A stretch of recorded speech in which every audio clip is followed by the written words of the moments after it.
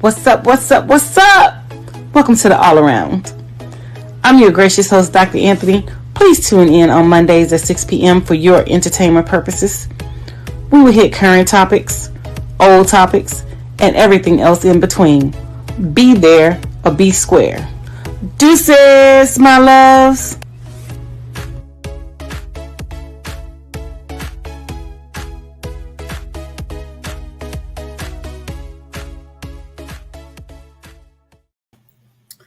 Hi, welcome to another great episode of the All Around. I am your gracious host, Dr. Anthony, and we have some exciting things that we're going to discuss today with you.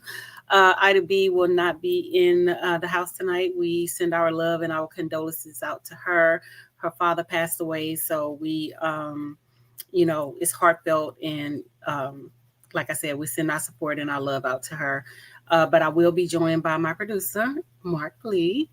And we will be discussing some things. I'm glad to join you. And like you said, condolences definitely go out to what Ida is going through and all in that space, because it has definitely been a lot of that going on in the world. I know that two of my coworkers here at HeyTi, one that I think the person had been fighting an illness for a long time, and that is our development person who is also very much involved with our youth kids doing a youth arts intensive. Her sister passed away, and then our technical director, his sister passed away, and his sister was actually very young. I want to say she might have been in her either 20s or 30s and all in that space. So that was that saying that they say nobody knows the date or time, but it is something that we all face in life and all in that kind of spaces. So condolences go to those three individuals and anybody else that is suffering from loss on this particular day. Of course. I mean, it's insane. How people are just dropping like flies, and we're losing somebody every second, every day, every hour, every minute. And like you said, we never know the time. So, I try to make sure that I treat everybody with, respect, unless you give me a reason not to. And I try to be kind to people unless you give me a reason not to be. And then you have to bring that crazy bitch out, and then I have to. Wait a minute. You told me that you carry in your back pocket a machete and a switch, meaning a switchblade. And if people want to act stupid, that you may wind up pulling those out every once in a while. I do, because, sometimes you got to protect yourself. You know what I'm saying? Definitely got to protect ourselves. But, the scary thing about that, and I know it's something you were going to mention to the uh, other person that'll be on hopefully later on in this week or this next month, that is in that space of child development and child education, is that I know before we were on the air, we talking about what's going on in the schools. I catch mass transit, and I see a lot of these kids around. And of course, I do have my two nephews. And, growing up, there was the fist fights that you would get into, and you might have somebody that might pull a switch here and there. But these kids are carrying guns. And I think in some cases, they might even be carrying bazookas and machine guns and all kinds of that firepower. So I do understand why a lot of people that are working with our youth are concerned, one, about the mental health of our youth, but also concerned about their own safety. I know that my brother works with at-risk youth and does a great job of working with them and trying to get them on the straight and narrow. But, it is something that in the back of my mind, I am concerned about, because I don't know, while he's playing video games with them and doing other things to help encourage their study habits and do other things to get them out of the bad lifestyle, I don't know that there might not be a time that he runs across a bad apple that may cause other kinds of disevil and and harm and all in that space. So it is something that we oftentimes worry about, whether it is law enforcement friends that we have or whether it's folks that are working in the teaching profession, because we know, one, y'all don't get paid enough, and two, y'all are oftentimes put in the way of danger and all in that kind of space. Yeah, and I mean, it's so sad, but you have people out there feel like teachers don't deserve raises, and they feel like we have 3 months off and every holiday, but those holidays are needed. Teachers need to recharge and get their mental health under control, and just to be able to deal with the parents and the students. I mean, because we're not dealing with the traditional student anymore. We're taking upon a lot of the things that the parents are not doing at home in terms of like their mental health, their feelings, their emotions. So a lot of that stuff is, dealt with inside of the classroom and is dealt with inside of the school. So not only do we have to recharge for ourselves, we have to recharge for the children in dealing with the parents. For example, I'm one of the senior class sponsors at my school. So we've been giving out information for the past 2 years, 2.5 years to parents and seniors. I had someone today, contact me and say, oh, my daughter couldn't pay her dues. The deadline was March 24th, which was last Friday. No, the deadline was March 22nd.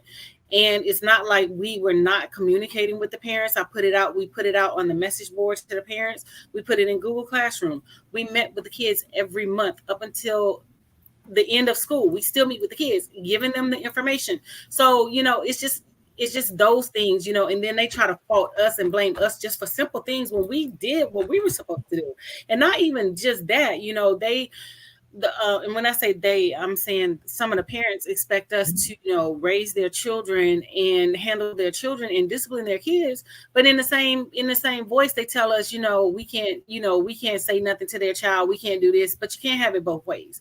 You can't have the educator in one capacity, trying to help and discipline your child. And then you in the other capacity saying, don't say anything to my kid. When I was coming up, and I'm quite sure when you were coming up, Mark, we had a community. The village could, discipline your child. Nowadays, it's not even like that. And so now we have these children who are running amok, who are not afraid of anyone, and who are just being right out disrespectful to adults and just cursing them out like they're grown-ups.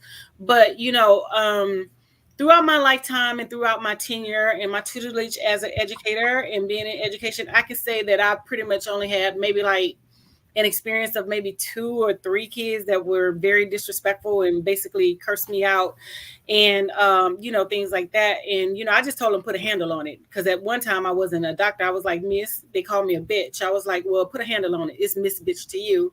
And then when I became a doctor, it was like, they called me a bitch. And I'm like, okay, it's Dr. Bitch to you. Put a handle on it, so it's just, these things that we're dealing with consistently on a day-to-day basis. And then, you have to fight the children, you have to fight the parents, and you have to, do all of these things in the same context as, prepare to teach. And not only are you teaching, but you're also, monitoring and, working with I have 35 to 40 different kids per class, and I teach 6 classes, 3 per day. So I'm dealing with all these kids, plus the parents, plus their behaviors, plus their mental health and all of that. So yes, we do need breaks. We have to have time to recharge. We have to have times to do things.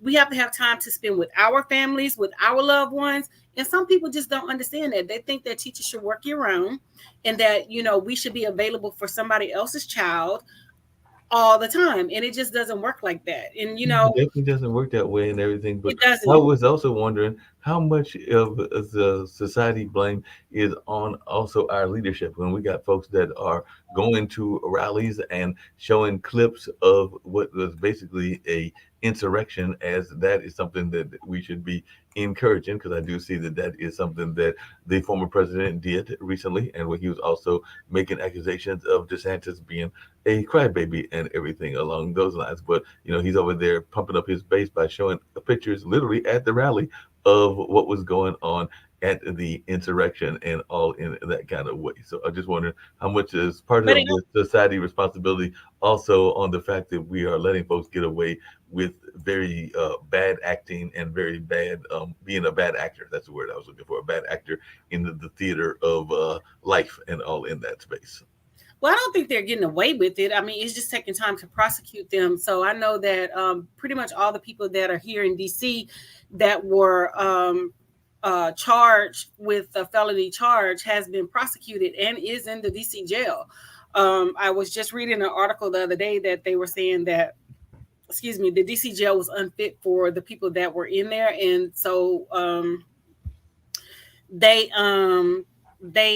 basically went to the jail, looked at the jail, and they were, saying that the jail is not unfit, is very not nice, but is up to par, is up to standard for the people that were convicted. So I'm assuming that they're trying to get transferred to another facility, but that was short-lived because I think Republicans are saying that the jail was unkept. But I'm glad you mentioned that, and because it also ties hand in hand to education. Mm-hmm. When you dumb down education, you have a people that is not educated and don't understand. So if you don't understand and you're not educated, you don't understand how history repeats itself. And so if we're not pushing out things where the people now that are coming through the school system are being properly educated, we could possibly have another type insurrection or another coup where they're trying to overthrow the government because they don't understand the power, the systems at play. Also, you mentioned DeSantis, and there's an article that was out today that stated he basically the school system took out the show about Ruby Bridges, and everybody know who Ruby Bridges is. She helped segregate the schools in New Orleans, Louisiana, and was it Louisiana? I think it was Louisiana. She helped integrate the schools there, and so they basically removed any material about her and what she did. So basically, what they're trying to do is wipe Black history off the map, and take out the accomplishments, which Black history is American history, because without Black history, there is no American history. So basically, he's trying to say that what they're teaching in schools to the youth in terms of Black history is not adequate and is not up to par and is not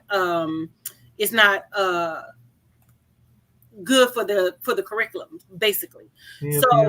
Everything falls back to the education. So if education is very much an important part of what goes on. Mm-hmm. And by the way, it was at the tender age of 6 that Ruby Bridges advanced the cause of civil rights in November of 1960, so a couple of years before I was born and everything, when she became the first African-American student to integrate an elementary school in the South. So, yes, she was born in Mississippi, but when Ruby was 2 years old, her parents moved their family to New Orleans, Louisiana, a part of the world that in search of better work opportunities. Ruby's birth year coincided with the U.S. Supreme Court landmark ruling in Brown versus the Board of Education, which ended racial segregation. And while there was all this resistance, she was the one that was thrown into the limelight there in Mississippi and Louisiana, when she, along with some other students, were sent to the all-white McDonald Elementary Schools. I don't know if McDonough is still around or not, but that is the school that they integrated and all along those lines. So that is what happened way back in 1960. I did have a quick question for you, and I was actually going to play a video. It's a video that I think you'll find interesting, because I'm always amazed, and we saw some of it going on with the whole concept of the what do you call it? The reclaiming of words, like folks using the N word in all of that space. The NWA comes to mind and everything. But there is a commercial that is out right now, and I'm hoping that this is the right one that I'm getting ready to play and everything, that it looks like some folks are trying to take on the beer industry, but also reclaim a certain word and everything. And yes, it does involve some of the people of a paler complexion, but it is a legitimate commercial. And I just wanted to know your thoughts after I play this commercial. It was all right with you, because they are trying to reclaim a word and all. So let's check out this commercial. Roll the commercial. Here's a little known fact. Women were among the very first to brew beer ever. From Mesopotamia to the Middle Ages to colonial America, women were the ones doing the brewing. Centuries later, how did the industry pay homage to the founding mothers of beer? They put us in bikinis. Wow. Look at this wild. It's time beer made it up to women. So today, Miller Lite is on a mission to clean up not just their but the whole beer industry's Miller Lite has been scouring the internet for all this and buying it back so that they can turn it into good for women brewers. Literally, good How, you ask? Ladies, take it away. First, we turn the bad into compost. Then we feed compost to worms. Push out beautiful fertilizer. That good helps farmers grow quality hops, which is then donated to women brewers to make their own really good But there's definitely more out there. In your attic, in the garage, in your parents' basement. Send any you got into Miller Lite, and they'll turn that into good too. Oh, so here's to women, because without us, there would be no beer.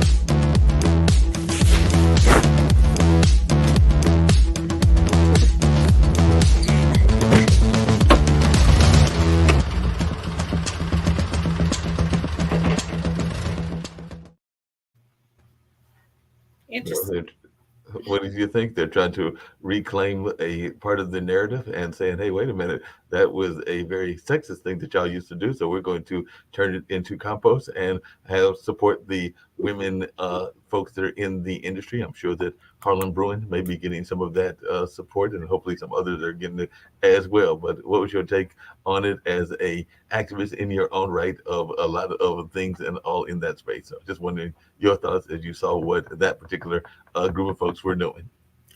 Well, I mean, they always try to, take something that we have already done and, reinvent the wheel and try to, stake claim to it or whatever, because Black people has always, as a people, as a culture, as, the Black nation has always brewed their own liquor and wine anyway. You know what I'm saying? So this is nothing new.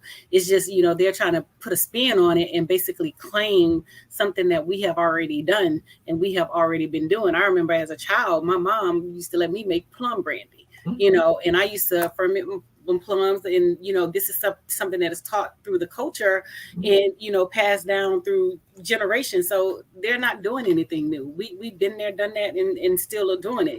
But Yeah, done that. I had a great uncle who unfortunately passed yes. on, but he used to make some different flavors of wine and everything. I don't know if I ever told you this story, but I've definitely told it to the network before. But there was a young lady that I was at the time courting. Don't know where she disappeared to, if she ever got married or what happened to her, and all in that space. But she was in the creative realm and all in that kind of way. But she Mhm. came to visit our family, and they were came to visit me in the process. And definitely while they were doing that, they were crocheting and having a good old time crocheting, basically ignoring my family. But when my great uncle brought out the liquor and all in that space, then all of a sudden we went from Dr. Jekyll to Mrs. Hyde and all of that space, because I remember that she all of a sudden became very friendly and very sociable and all in that space. And as they were leaving and departing, catching their plane back to Texas, they were like, hey, can I get some more of that Lyons Farm? Because his last name was Lyons and everything. And I'm going like, wait a minute, you're treating me like dirt the whole time you're visiting, but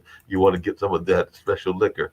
Don't know that we necessarily send off a lot of packages to them and all in that space. But you're right, it is very much a part of our culture. And that was just one relative that used to do it. There were others that did it as Most well. But definitely. definitely is part of our culture. I mean, even with the moonshine, we used to we started the brewing of the moonshine because they, back in the history, they would not allow, Black people and slaves to who were enslaved to even drink, even eat vanilla ice cream and a long line of a host of other things. Didn't we So create a whole industry that our, they're trying to take away from us? Didn't we create a whole industry that yeah, they're but and that's the thing. We're so innovative, intuitive, and just have the natural know-how just to do things. Without us, there would be no them. They would still be in cave, eating unseasoned food, mayonnaise on so they everything definitely be doing that. Hey, but and Dr. Anthony, that's what I was pasta. talking about. What is one of the main sports that rednecks love? I'm not saying that they're the only ones that love it, but it's definitely very popular in the redneck circle and everything. But it's something that you just brought up. It was gun runners. A lot of them are not gun runners, but liquor runners. And a lot of them were of minority descent, whether they Mhm. were Native or African Americans, that created that whole liquor running culture. And from that liquor running culture came NASCAR. And there are not enough of us that are actually owning those NASCAR cars right now. We've been kind of put out of that industry for a while. There's another industry that I have said I would like to attend one of their premier races, and I've been saying that for decades now, and I haven't got around to going to Louisville. But the early stages of the horse racing industry was also very much of our Of industry course, as well. But we they did it all. oh, Hockey, yeah. that country music. We started country music. We started it all. But see, they have adapted it, and they think that white people have, done all these things. But yet it was us. We did it, But they don't want to, give us our accolades and put that stamp on it. But yeah, we did all that, So it's not like we are looking to them for validation and things like that, because we don't need their validation. Yeah, And I don't need no honestly, we don't validation want at their all. validation, And that brings up another topic of Angela Bassett when she didn't win the Oscar and Jamie Lee Curtis won. It just goes to show you how mediocre they are, but they give those prizes to them. And not taking anything away from Jamie Lee Curtis. She's good, but she's no Angela Bassett. Angela Bassett is Angela Bassett. And, if you've seen her in anything, she is going to play the part and be the role and, do what she has to do. So I feel like she was robbed, but at the same time, why are we even going into these white spaces expecting validation and expecting, homage for, what we're doing? We need to create our own. And that goes back to, when they were trying to integrate schools. When they were fighting for the equal rights of, education, they wanted the school system to give the children in the Black community the same thing that they were giving the children in the white community. But see, the children in the Black community, they would upgrade the white children with new things, and they got the hand-me-downs from the white children. So they figured, if we just integrate the schools, it would be cheaper. It would be cheaper than, segregation, and we just, uplifting and doing what we need to do or whatever. But when Dr. King realized that, he walked his people into the lion's den, he basically stated it, you know what I'm saying? But at the same time, we as a people, we still need to step up and fight for our children and fight for, what they deserve. Because if you look at in any of the, major cities that are Black and that has like a high population of Black, those children do not receive the same materials in the same books and the same opportunities as children who are going to predominantly white schools. And it's just a fact. And that's just, even with the Robin Hood tax, when they tax your houses, in, your property tax pays for educators, policemen, firemen, all those things. And so when the white people are taxed, they're taxed too, but the Black people are taxed as well. But they're saying that the whites are paying more in property tax than the Blacks, and that's why their children get the better of the things. But it shouldn't be allocated, in that capacity. It should be allocated equally across the board, but it's not. No, it's not allocated equally across the board. And, tax season is around the corner. We're only about 3 weeks away or something like that from tax season, and all in that space. So, people will be trying to get their extensions. And I do know a lot of people have been concerned about the major bailout that looks like it's taken apart for a major industry. But I just wondering your thoughts around that, because a lot of people are looking at Credit Suisse and that bank that's in California, and a number of other banks that look like they will be getting rescued when they are sending all kinds of money to rescue them. And of course, we're sending all kinds of money to Ukraine to rescue them when we've got issues in our own community. But I just wanted your take on this bank rescue. And is that something that we need to be concerned about and doing as a country here, rescuing these banks that apparently made some bad decisions, and that is why they are failing? But I was just wondering your thoughts as to this bank rescue that apparently we're getting ready to do, just like we rescued the car industry and a number of other industries as well. Well, the thing about that is I have a major problem with it, because my Black tax dollars that I pay every year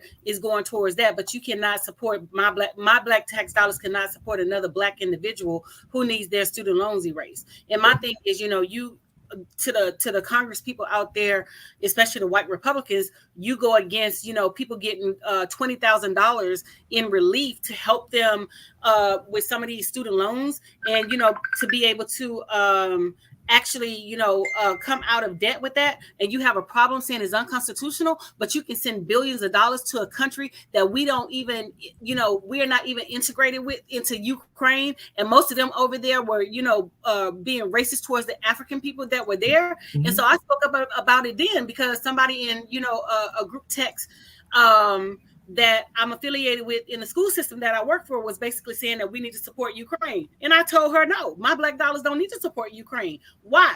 For what? No, it doesn't. It needs to support, things that we have here in our nation. And then to say that, they're going to spend billions and billions of dollars to bail out these banks, that's just asinine to me, because they keep doing the same thing over and over, and they know that these Republicans are going to bail them out. You know what I'm saying? But you have a problem with bailing out the people that are basically putting the brunt in on the taxes, which is the middle class. And you have a problem with bailing them out. So I definitely have a problem with that. And if people don't understand that, then, they don't understand how this tax stuff is, being allocated, and how it's just basically playing on the middle class system, because the middle class people like myself, you, and others, we are the ones that are taking the hit, not everybody else, because we didn't get no relief when they were giving out money for COVID and stimulus and things like that. They gave people who made way less than us the relief to help them in some sort of way, which I'm okay with that. But at the same time, you need to stop basically taking away from the middle class people and started supporting them as well, because we are holding the economy together and we are basically supporting everything. And without us supporting anything, the economy would definitely collapse. So yes, I do have a major problem with my black tax dollars going over to Ukraine and my black tax dollars supporting a bank in Silicon Valley. Yes, I do have a problem with that, because guess what? They are not hiring my people, which are black people and minority people, to work in these spaces to even, make a dent in the employment population of these situations. So yes, I have a major problem with them taking my black dollars, my black tax dollars, and supporting any of that. And it doesn't mean that I don't have sympathy for the people in Ukraine. Yes, I do have sympathy for the people in Ukraine, but I just don't feel like my money needs to go over there and support you. Other people that are in NATO need to step up. Other countries in NATO, they need to step up, and they need to put money out there, not just depend on the United States, because as you said, Mark, we have a lot of things that we have to take care of right here at home that we're not addressing right here at home. So yes, I do have a major problem with them giving my black tax dollars to Ukraine and giving my black tax dollars to a bank in Silicon Valley. When black people can't even. And the thing about it is, when you won't even give a black people a loan to even start a business, you have a problem with giving black people, home loans. And then when you do give black people home loans, you jack their rates up so high to try to make them lose and default on their loans, but they still coming through and not defaulting on their loans. So yes, I do have a problem with my black tax dollars. No, that makes a lot of sense. I do have another question, because Yes. The NCAA is going on. There are some underdog schools that are definitely making some noise, including San Diego. I think it's San Diego State, the Aztecs, and definitely the one from Florida Atlantic down there in Boca Raton, which is a very rich area and all in that space. But there are now a bunch of players that are going to enter the transfer portal. That means that they are going to enter the right to leave one school and go to another school. That's what they call the transfer portal, and all of those along those lines. And I was watching a video, I think it was from a couple of years ago, where Colin Kaepernick was making a parallel between the combines and what football players go through and slavery, because he was showing, and actually it was a video showing the athletes and what they do and all in that space. So I just wondered, what is your thoughts when you are watching our professional athletes? And then in some ways it does look like they are going through something that is very similar to the whole slavery aspect of what happened centuries ago.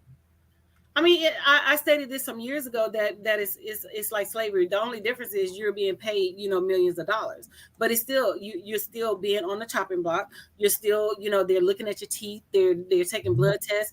They're doing, all these type of tests on you to make sure that the money that they're investing in you, that you're okay with it. Because it was some years ago, one of the young men that was supposed to be drafted in the NBA, he was one of the high round draft picks or whatever. So when he got to the place where they were testing him, he found out that he had a heart condition, and they couldn't allow him to go into the NBA. So it's still the same thing. It's about them investing their money. So it's you're just on a different caliber and a different scale, but it's still the same thing, because they don't want you to have an opinion. They don't want you to say anything. Look at how the pushback came with Kyrie Irving. Look at how the pushback came with, LeBron James when he made the statement about Jerry Jones and him being in the picture. So, it's still, in a sense, it's still, slave mentality and the same things that they utilized in the slave trade. When they brought them, the enslaved people here, they're still doing it when it comes to professional athletes. So yes, it's just a higher paid slavery, and I do concur and I agree with him on that. Yeah, that's what he did. He did a whole video about it, and definitely some folks are. One of the things I've been hearing folks say is what can happen in the sense of our wealthy folks doing more in the community. Because I was having a conversation with a friend of mine who is definitely pro reparations, but she was wondering, where are the Oprahs and the Michael Jordans and others when wondering where they are when it comes to actually doing good for the community, because we do know we have a number of teachers and lawyers and definitely the athletes that are making plenty of money. So she was asking, why won't they pool their resources and create their own studios or their own teams or their own this or that? Well, But it's as- not. The thing about it is it's not that simple. So they have it fixed where if, for example, in the NFL, if a black person wants to buy a team, all the other owners got to agree that black person can buy a team. So it's not just to say that, we want to go and buy an NFL team, because that's not it. They have to be willing to agree to allow you to buy a team. So they're purposely not allowing black people to, purchase those teams. So my thing with that is, I've said this for years. We need to start our own leagues, and we need to start, petitioning and going to cities that has like black mayors or Democratic mayors and things like that or whatever, without the large stadiums, and we put our own stadiums and we put our own basketball facilities in those particular cities, and that's where we target, like the Michigan, maybe the Baltimore, DC, that's predominantly black, where we know that we can get this stuff passed or whatever. We need to create our own and stop relying on them to do anything when it comes to the black community, because how many times have we heard it? Yeah. I'm almost 49. I'll be 49 in May. So I mean, like, come on. It's still the same old rhetoric. It's still the same old hoopla. So it's just time that we step up and we start doing things for our own self. If we want Oscars, we need to create a black Oscars. So, even when it came with the Grammys, we need to create the black Grammys. So we don't have to, seek them for validation. We can have our own and our own award shows and support and put our own people on a pedestal and give them the accolades that they are rightly deserved. But there are some people that would argue that we've already doing that, and that's really what was created when the Negro League was created, and a number of other leagues in that space. And it sounds like you're saying that we need to go back to that and all in that kind of way. So that would be interesting to see if that is something that we need to look at. I mean, because I think it can happen. We have people that are doing the Black Wall Street. So not only with the Black Wall Street, we need to create, our own when it comes to, our leagues and things like that. Because we see how our athletes are being treated. We see when they stand up for justice for our people, how they're being treated. Look at Kyrie Irving, for example. All he did was share a video, and they want to say that he's a Jew hater. He's anti-Semitic. He's this, he's that. And like I said, at the end of the day, I'm black and I'm a black woman, and I'm a forever support black issues, black businesses. You don't come before me. But the issue is they want us to support everything that they have going on, but we can't criticize. We can't do anything. And if we criticize, we're a hater. We're this, we're anti this, we're anti that. No, all we're saying is that we're supporting our own people, and we're not putting you before our own people, which, that's the case. We're not putting you before our own people. Even one of the actors, he said that he loves, he loves and he likes to date black women. So some of the other women in other cultures were upset and offended that he said that he loved black women, and that's what he preferred to date is black women. So why are you upset? Your white men don't say that they love to date black women. You know what I'm saying? The Asian men. But your buddy, and I'm being sarcastic. Why are you upset? Why are you upset when a black man says that he loves black women and he wants to only date black women? Why are you upset? I hear what you're saying, but what do you say to the young rapper who is apparently floating the notion again that he is a supporter of a certain politician? Who knows? Maybe he'll run for office himself as well. But apparently the rapper has Kanye West, also known as Ye, has turned to social media and claimed he likes Jewish people again, apparently regretting his anti-Semitic remarks that were condemned by many last year. So it seems that the musician realized that he can't get his dignity back without declaring love for Jewish people. So he shared a very meaningful post to describe new thoughts by making a comeback on Instagram Sunday. And he said, watching Jonah Hill in 21 Jump Street made him like Jewish people again. Let me tell you something. I don't like nobody. I don't care if you black, white, Jewish, Hispanic, polka dot, Catholic, Protestant, Baptist. I don't care. I don't like you. I don't like you. And it has nothing to do with, what you are and things like that. It's just about how you treat me and how we interact. If we don't interact, I don't like your ass. And that's just the bottom line. Being Jewish or not, I don't like people. So, it's when, you start placing these labels and these titles. But, what pisses me the fuck off is I have seen a lot of videos with Jewish people talking mad shit about Black people, how they don't like us and how, you know, they're being derogatory towards us, but nobody said that they were anti-Black. You know what I'm saying? So that same energy that you giving us is that same energy that I'm going to give you back. You know what I'm saying? So that's what you put out. That's what you receive from me. You know, so it doesn't matter, like I said, white, Black, polka dot, Catholic, Protestant, whatever the hell you are, non-denominational. If I don't like you, I just don't like you, period. Yep. Makes a lot of sense and everything in that space. I do have one other thing I was going to bring up in that way and all along those lines, but definitely that is very much the case, that folks are looking at these different folks and saying what they have to say in that regards also. So it'll be, I mean, and it's so funny that you said that, is because, like, I was reading a Facebook post on one of my a person that's connected to me on Facebook last night. So she was basically saying that she heard somebody like in their 30s, 40s or whatever, and they were in Panera and they were having a conversation, and they were saying, you know, like, whenever I go to, you know, like the closing to, you know, buy my house, I'm going to be negotiating up until the last minute. When I go buy my car, I'm going to get this certain type of car. So she took issue with the people having that conversation inside of Panera. And so I'm just like, okay, so people can't have conversations no more. People can't talk about, you know, their goals and what they're going to do anymore.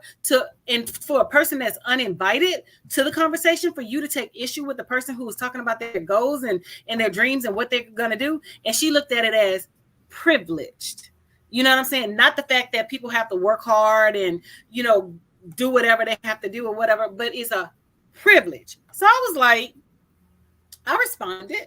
And I was like, you know, I have these conversations with certain groups of my friends. Just the other day, as a matter of fact, yesterday, we were out house hunting. So James and I, when we were sitting at the restaurant eating, we were talking about the houses and what I like and dislike and what kind of car I'm going to buy after I purchase my house.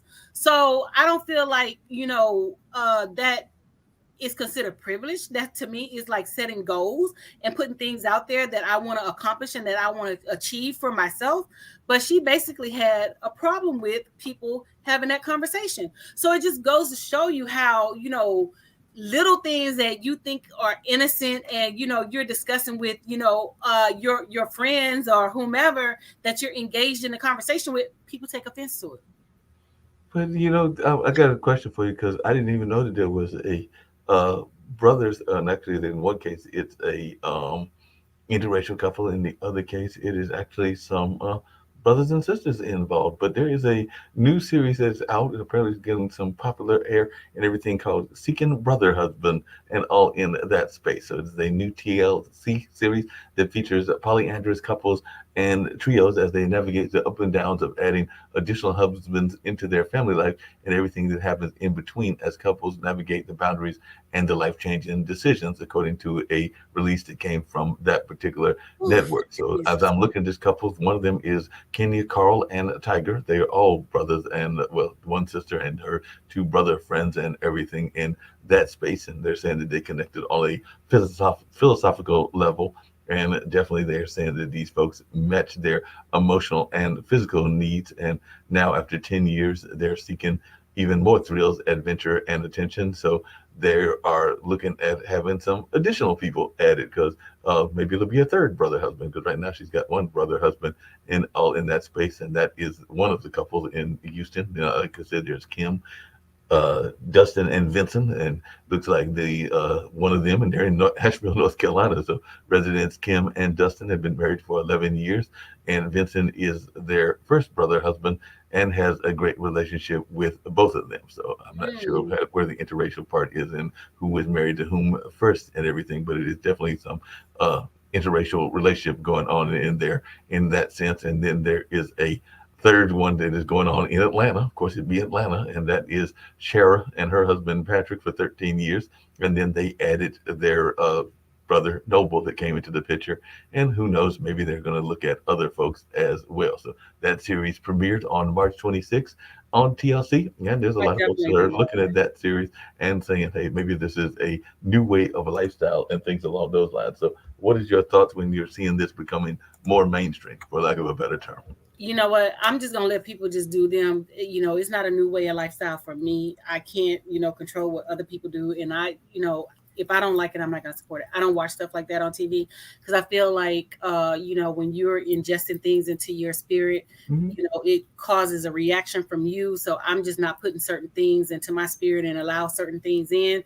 So, I'm just, I'm neutral. Whatever you do, I just know that I'm not doing it. You know what I'm saying? So, I can't speak on nobody else and what excites them and, what they got going on or whatever, but that's on them. That's on them. And like you said, That's on them. there are some people that say what you do in your bedroom is your business. I actually had the privilege or disprivilege. I'm not sure which way it was, but I was at the corner store earlier today. And the gentleman might have been selling me some wolf tickets. He might have been telling the truth for all I know, but he was claiming that he was filming a certain couple, and it was a couple of like-minded people and all in that space. So I'm thinking it was two women and all in that space. But then he was saying that he put down the camera at some point and got involved himself. But that was his choice and that was their choice and all along those lines. But that was what they were doing in their room. I didn't need him to announce it and everything, but apparently he wanted to announce it to the world and let folks know that these activities do take place and all in that space. I mean, we're well aware that the activities take place. I mean, you're just normalizing it now. The activities these activities have been going on for, years and years and years and years, because you heard about the swingers, you heard about this, you heard about that. So, I mean, you heard about the orgy parties, you had hedonism before any of this stuff came out, so it's been there. It's been going on for, since forever. We're just in a time and a place where it's being normalized now. So, I mean, if that's what you like, that's what you like. But I mean, I don't feel like it should be forced on everybody else, with certain things, put it on television, mainstreaming it or whatever. But, hey. To each their own. Like I said, the only person I can control is myself. Like I said, and my TV plays on certain things. I don't watch certain stuff. Like I said, I just don't like ingesting things into my spirit and, just allowing certain stuff to come in. I just don't do that. No, that makes a lot of sense. And along those same lines, there are people that are making claims about their ethnicity. One of those people is getting ready to declare to run again. And some people are saying that she is fully invested in the Native American culture. Others are saying that she barely has a drop of Native American blood in her, if any at all. But the Republicans did tease her and used to call her Pocahontas and all in that space. But what is your own read on the liberal politics of Elizabeth Warren and her claim to have some Native American ancestry, and that is something that she is proud of and along those lines? Well, I mean, everybody can claim, they're Native American or whatever, but at the end of the day, you still just, got to take the the test to prove it. I mean, but I think that she's one of the politicians that has actually, walked the walk and talked the talk. And, she has backed up, what she's saying and stuff like that or whatever. I'm sorry, she's texting me. But, I mean, I do like Elizabeth Warren. To me, she is, she has been one of the ones that has, basically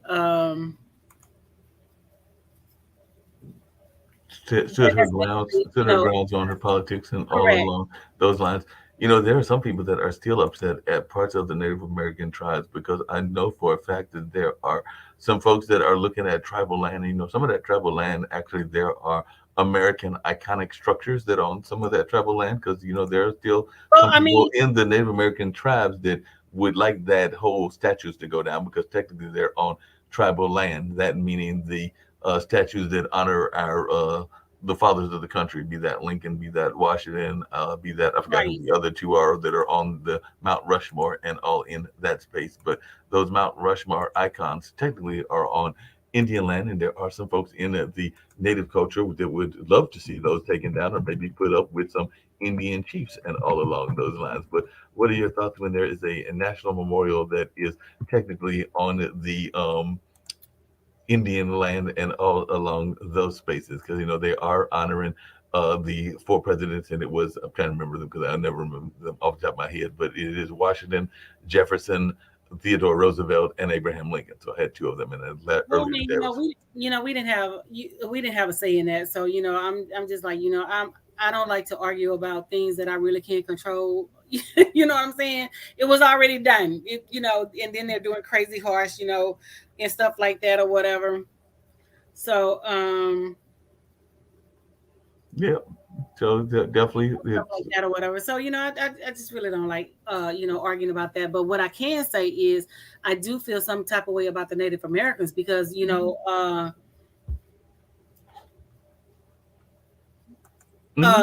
I'm sorry. I said, I do feel some type of way about the Native Americans because, the Native Americans, up until when they got the money, they would allow Black people to participate in, the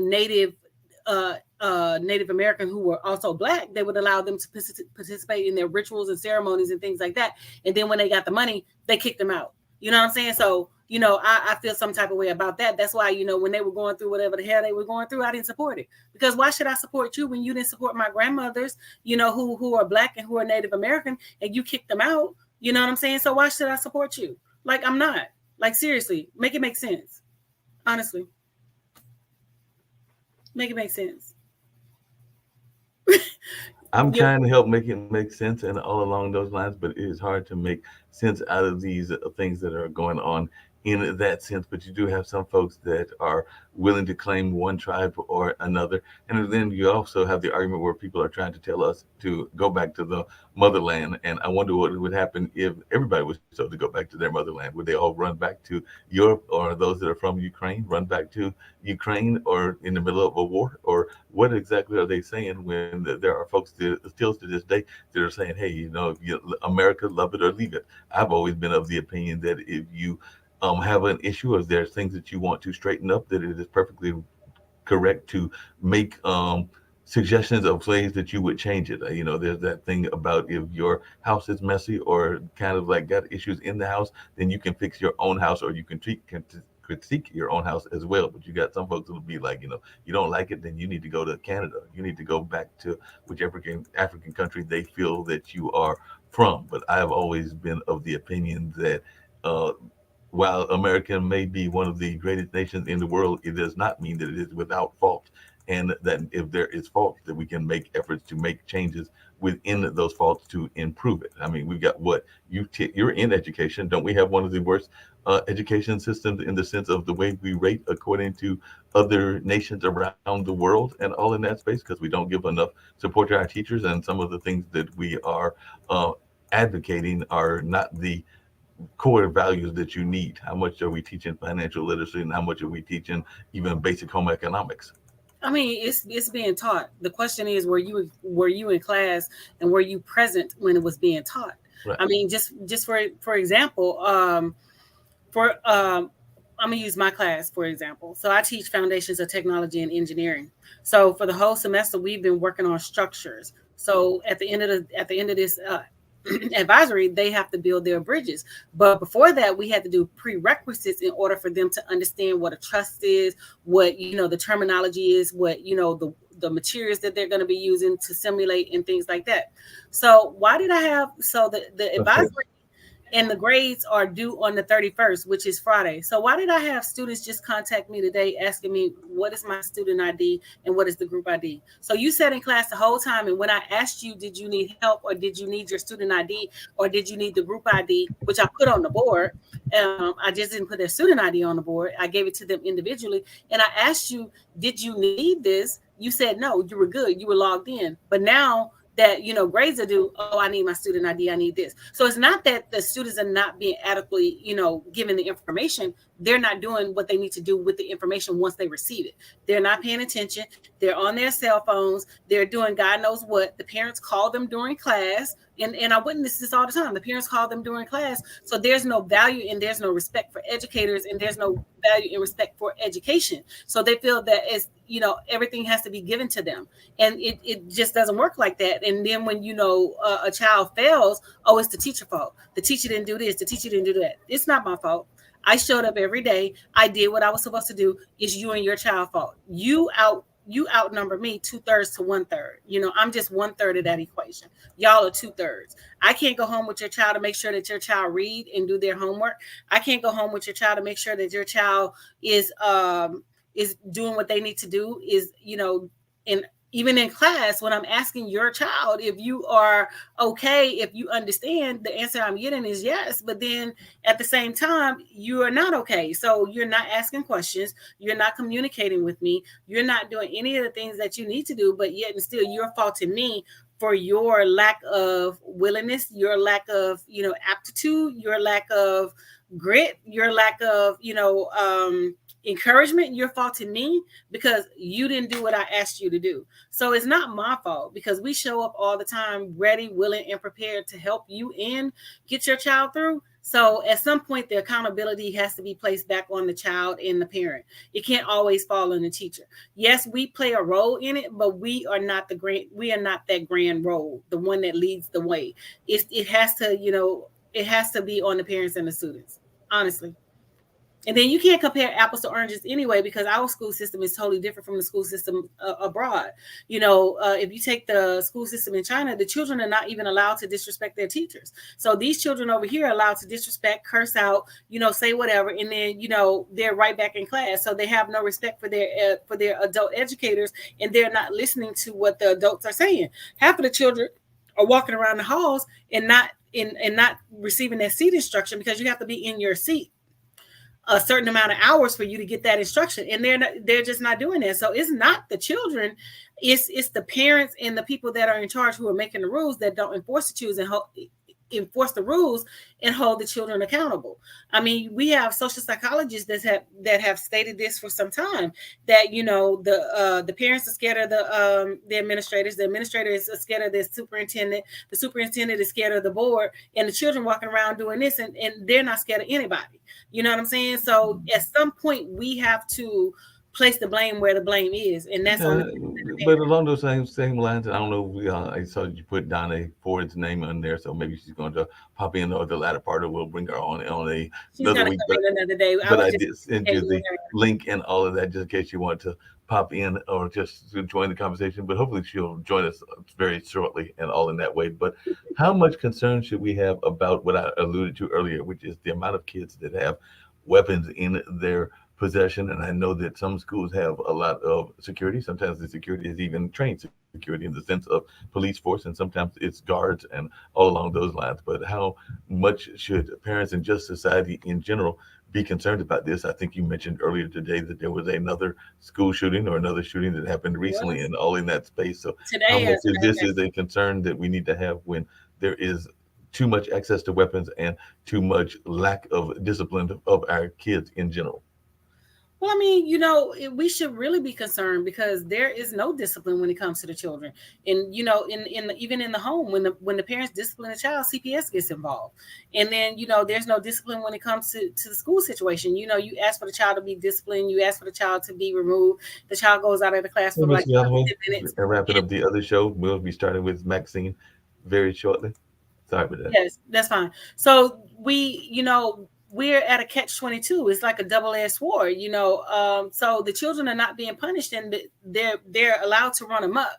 And so, yes, we should be concerned about the behavior, the weapons, and everything that's going on at this present point, because it's heightened.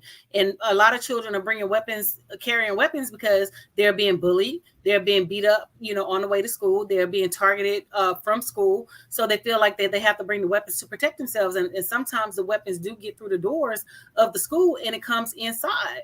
I know that we had several situations at my particular school where weapons were brought on the inside. I'm just finding this out now, but it was happening at the beginning of school.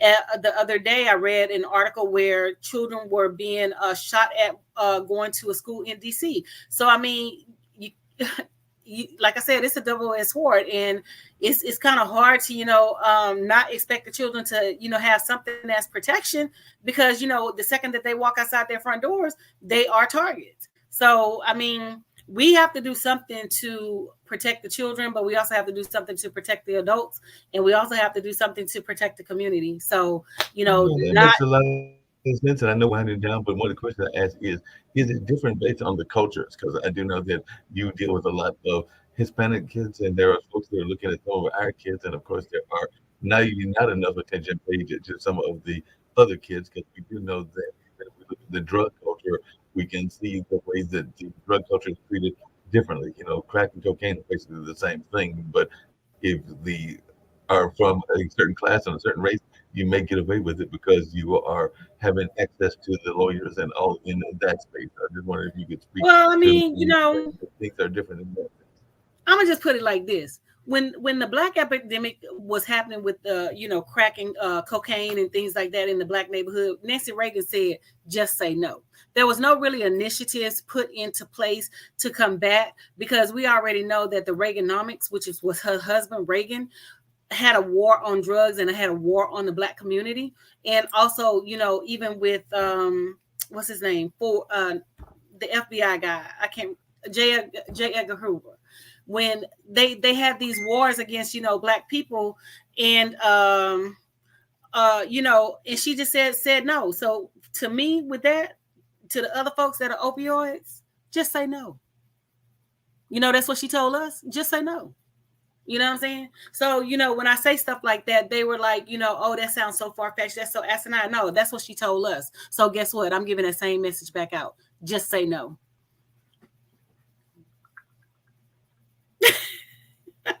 Your mic is muted.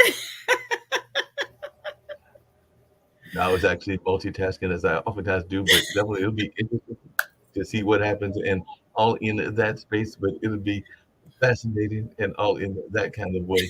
But definitely looking forward to some great conversations, and hopefully we're going to have the educators on tomorrow, and Ida will be sharing with us her experiences losing her dad, and our sympathies definitely go out to her and anybody else that has lost loved ones, as we mentioned earlier, and all in that way. But I think we had another vibrant conversation. Even dealt with Kanye and folks. I did hear that Rock might be deciding to run for president, and he's also going to start charging folks for that social media stuff and all in that space. Oh God, nobody's going to pay for that. You know what I'm saying? Nobody's going to pay for that. Social media is going to come to head because nobody's going to pay for it. I know I'm not paying for it, so they can count me out if they ever charge anything. I'm not using it.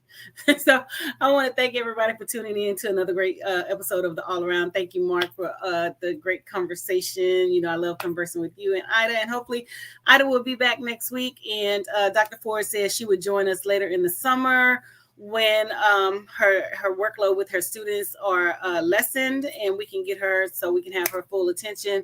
So make sure you click like and share on YouTube and Facebook so we can get those views up there, and make sure you continue to watch us on www.podtv.tv. And this has been another great episode with Dr. Anthony, your gracious host, and I will see you next Monday. Deuces.